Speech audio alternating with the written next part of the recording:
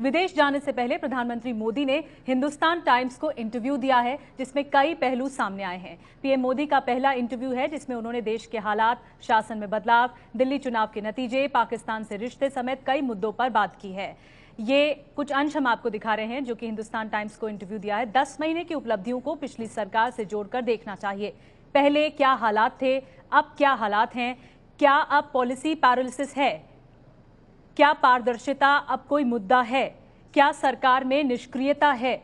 नहीं, अब शासन में जोश है।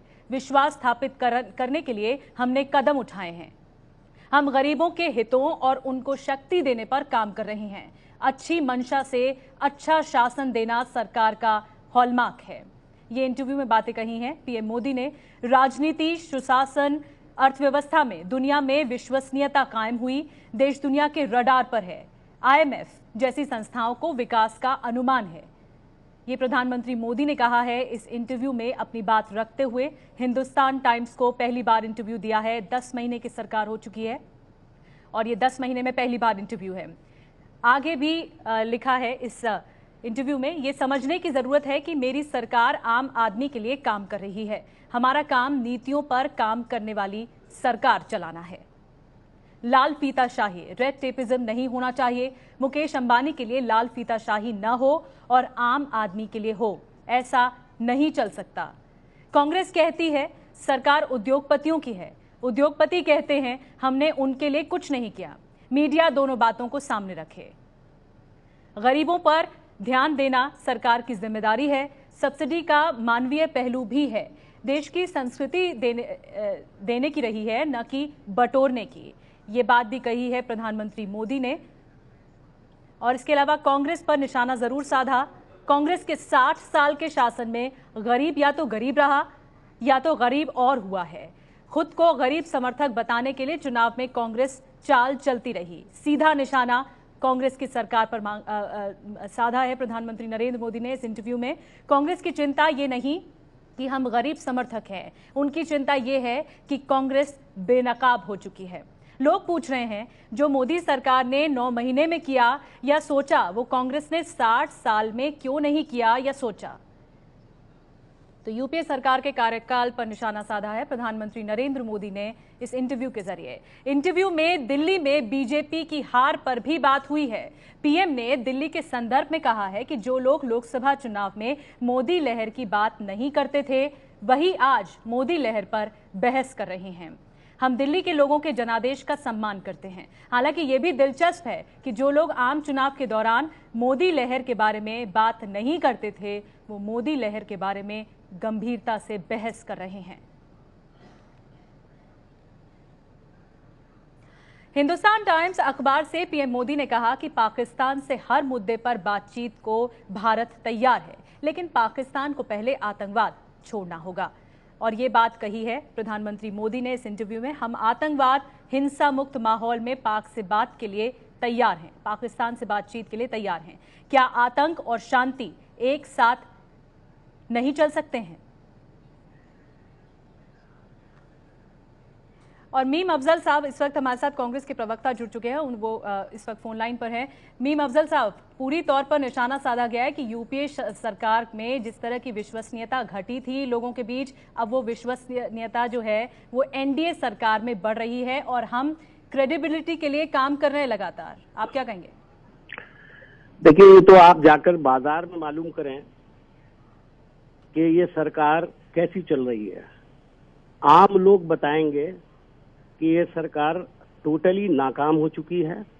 इनके पास कोई विजन नहीं है, कोई लंबी सोच नहीं है, कोई क्लियर कट पॉलिसी नहीं है। एक ही पॉलिसी है कि जो लोग ऑलरेडी हैव्स हैं उनको और ज्यादा हैव्स बनाया जाए और जो लोग हैव नॉट हैं उनको और ज्यादा हैव नॉट बनाया जाए। सीधी मिसाल देता हूं किसानों की, जिसका कोई जिक्र इसमें नहीं किया गया है। किसानों के बारे में क्या सोच है मोदी सरकार की कि एक बना बनाया अच्छा कानून जो यूनानिमसली पास होकर के आया उसको बदल करके कुछ लोगों को फायदा पहुंचाने के लिए काम किया गया।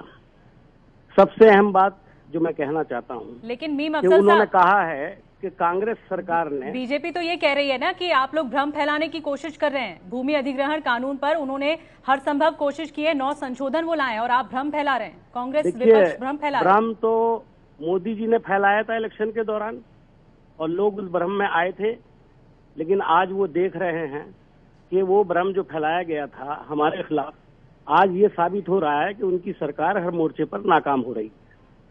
मैं सिर्फ इतना कहना चाहता हूं कि आप इंडस्ट्री की बात कर रहे हैं, विपक्ष होने के नाते आप ये कह रहे हैं कि उनकी सरकार हर मोर्चे पर नाकाम हो रही है, लेकिन वो अपनी उपलब्धियां गिना रहे हैं।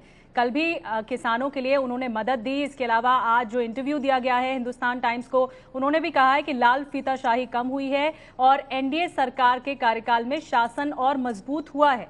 अगर लाल फीताशाही कम हुई है तो प्रधानमंत्री ने 8 कंट्रीज का दौरा किया है और अभी 3 कंट्रीज और जा रहे हैं। मैं ये देखना चाहूंगा कि पिछले 8 दौरों के बाद उन मुल्कों से कितना इन्वेस्टमेंट देश में आया।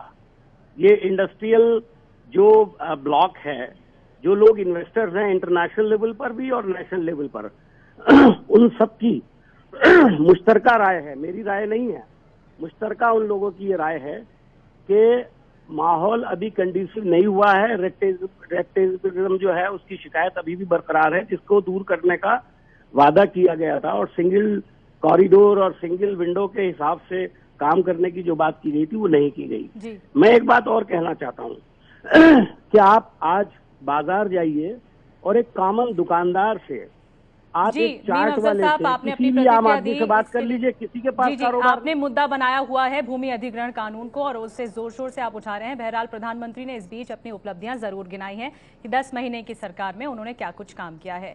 इसके अलावा ये भी बातें कही हैं सुशासन के मुद्दे पर। प्रधानमंत्री नरेंद्र मोदी ने अपनी क्रेडिबिलिटी गिनाई है। सिद्धार्थनाथ त्रिपाठी इस वक्त हमारे साथ जुड़े हैं, बीजेपी के नेता, उनसे बात करते हैं। सिद्धार्थनाथ जी, उपलब्धियां गिनाई गई हैं प्रधानमंत्री की तरफ से। हिंदुस्तान टाइम्स को पहली बार इंटरव्यू दिया है, 10 महीने की सरकार हो चुकी है और अब विदेश दौरे पर भी जा रहे हैं। इसके अलावा विदेश नीति भी गिना चुके हैं, क्या कहेंगे? देखिए, ये जो सरकार है, इस सरकार, मोदी जी की जो सरकार है, इसने पिछले 9-10 महीने में जो करके दिखाया है, शायद वो 10 साल में यूपीए की सरकार नहीं कर पाई। सबसे बड़ी अचीवमेंट इसकी है कि ये जो पॉलिसी पैरालिसिस एक आ गया था, वो वास्तविकता में अब वो खत्म हो गया और निर्णय होने लगे। जहां पर जो किसानों के हित की बात हो, गरीबों के हित की बात हो, उनको गरीबी से कैसे निकाला जाए, उसके लिए क्या सरकार कर सकती है, इन सब चीजों का उल्लेख है इस सरकार के कार्यकाल में।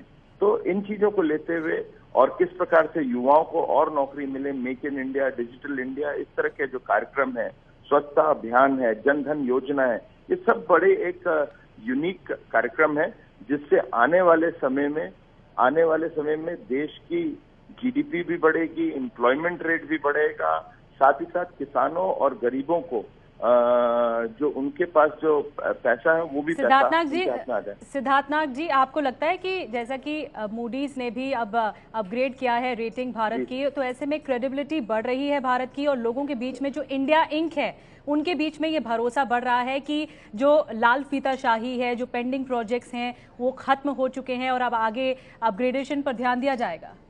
नहीं, ये वास्तविकता है। जितने भी आपके, चाहे वो मूडी वाले हों या S&P हैं, सब लोग अपग्रेडिंग बढ़ा रहे हैं।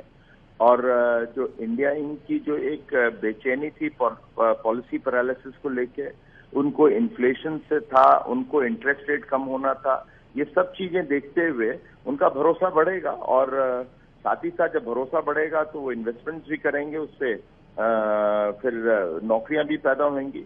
साथ ही साथ जो गरीब हैं उनके लिए जिस प्रकार की मुद्रा योजना जो कल लॉन्च करी है, उनको जो पैसा कभी कहीं बैंक से मिलता नहीं था, आज उनको वो पैसा मिलेगा, वो अपनी छोटी छोटी दुकानें कर सकते हैं। तो ये बहुत बड़ी चीज हो रही है।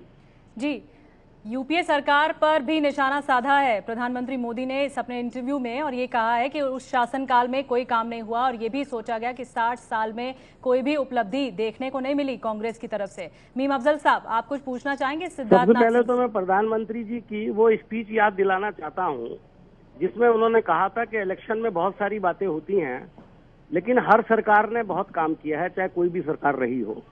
ये प्रधानमंत्री जी ने कहा था, ये हम नहीं कह रहे हैं। दूसरी बात, पिछले 10 महीने में प्रधानमंत्री ने जितने कंप्लीटेड प्रोजेक्ट्स के फीते काटे हैं वो किसकी देन है? वो कांग्रेस सरकार की देन है, यूपीए सरकार की देन है, या बीजेपी सरकार की देन है? ये सवाल बड़ा अहम है जो उनसे पूछा जाना चाहिए। मैं आपसे ये बात कह रहा था कि आज ये कह रहे हैं हमने कॉमन मैन के लिए बहुत कुछ किया है। कॉमन में 50% किसान हैं, उनसे जाकर पूछिए देहातों में। मैं कल 2-3 देहात में गया था और मैंने ये माहौल पाया कि हर किसान ये समझ रहा है कि उनसे गलती हो गई है और वो ये कहते हैं कि ये सरकार बुनियादी तौर पर सिद्धार्थनाथ सरमाएदारों जी, आप जवाब देंगे कि भरोसा बढ़ा नहीं है जैसा कि मीम अफजल साहब कह रहे हैं? देखिए, कांग्रेस के प्रवक्ता साहब कहीं वो अपने पॉलिटिकल जो बयानबाजी है उसको करेंगे, उससे कोई फर्क नहीं पड़ता।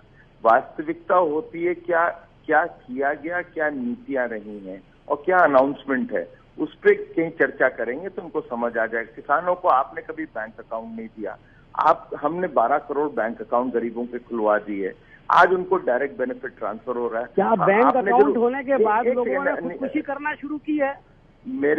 आपके समय में क्या खुदकुशी नहीं हो रही थी? नहीं, आप बताइए मुझे। जो आप लोग खुदकुशी कर रहे हैं, सिद्धार्थनाथ जी, मीम अफजल साहब, वक्त इतना ही है मेरे पास। बहरहाल शुक्रिया अपनी बात रखने के लिए आप दोनों का। जैसा कि मीम अफजल साहब कह रहे हैं कि किसानों के लिए मोदी सरकार ने कुछ नहीं किया, लेकिन सिद्धार्थनाथ जी ये कह रहे थे कि मोदी सरकार ने उपलब्धियां दिखाई हैं और आगे भी इस तरह की जो लाल फीताचाही है या फिर पेंडिंग प्रोजेक्ट्स हैं वो कम होंगे, और अपनी बात सामने रखी है, पैरवी की है मोदी सरकार के फैसलों की सिद्धार्थनाथ ने, बीजेपी के नेता ने।